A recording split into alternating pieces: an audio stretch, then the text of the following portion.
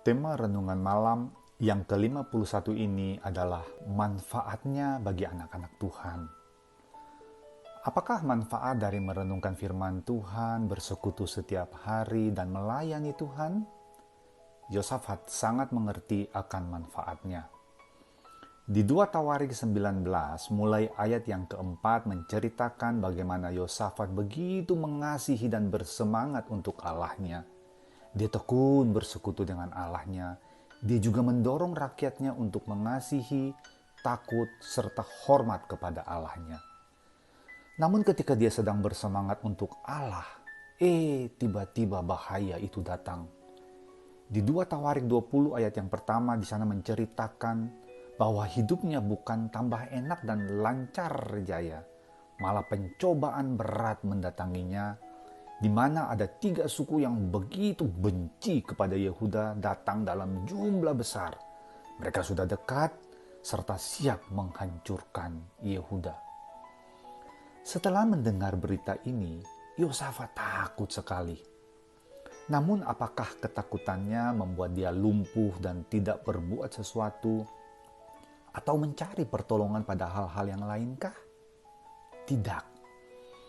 Perhatikan 2 Tawarik 20 ayat yang ketiga.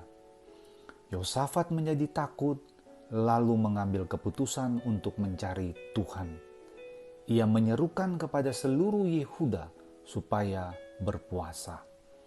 Dia mencari Tuhan. Di dalam ketakutannya, dia mengarahkan hati dan jiwanya untuk datang kepada Allahnya. Dan dia mengajak seluruh umatnya untuk datang kepada Allah dengan penuh kerendahan hati untuk meminta pertolongan Allah. Di dalam ketakutan, kok Yosafat bisa bereaksi dengan begitu luar biasa yang sesuai dengan keinginan hati Allah kepada semua anak-anaknya ketika sedang dalam ketakutan atau kesusahan ya? Bukan cuma reaksinya saja loh, bahkan isi doanya ketika meminta pertolongan Allah seperti yang dicatat di 2 Tawarik 20, sangat jelas terlihat bahwa dia sangat bergantung sepenuhnya kepada kasih, kuasa, dan pertolongan Allah. Bahwa Allah lah yang berkuasa untuk menolong dan melepaskan bangsa Yehuda dari kesesakan yang sedang terjadi. Mengapa ya Yosafat bisa memiliki reaksi yang luar biasa ketika kesesakan sedang menimpa dia? Dia datang kepada Allah dengan kerendahan hati. Dia mengajak bangsanya untuk datang meminta pertolongan kepada Allah dengan kerendahan hati juga.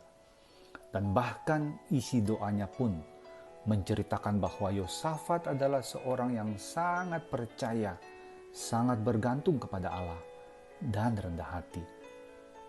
Apakah semua ini tiba-tiba jatuh dari langit? Tentu saja tidak. Kalau kita melihat pasal 19, maka kita akan sadar bahwa kalau Yosafat bisa memiliki sikap hati yang benar sehingga bisa bereaksi dengan tepat ketika kesesakan sedang mendatangi dia, itu karena sebelumnya dia sudah memiliki hubungan yang begitu dekat dengan Allahnya setiap hari.